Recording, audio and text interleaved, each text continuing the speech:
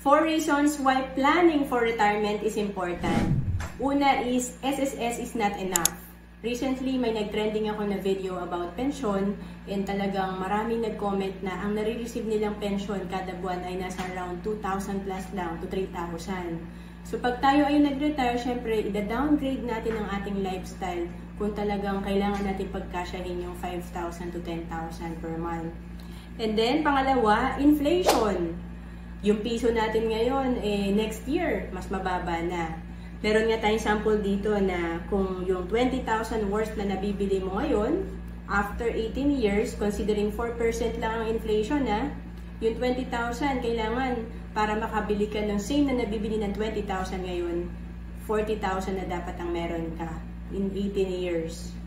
And then, pangatlo, our kids are not our retirement fund. Madalas kasi nasa culture tayo na utang na loob. Pagka naman kayo ay nakapagtapos na, suportahan nyo naman ako. Pero tayo ba na ngayon nagtatrabaho, nagsusupport ba tayo sa parents natin? Or kung nagsusupport man tayo, di ba mahirap? Kaya wag tayong maging burden sa ating pamilya o mga anak pagdating na tayo ay magre-retire naman. And of course, pang-apat, we live longer. Imaginein mo na wala ka ng income, nag-retire ka na. At the age of 60, sabihin na lang natin nabuhay ka ng 70 to 75 years old. Saan natin kukunin yung ating panggastos sa 10 to 15 years ng after retirement, di ba?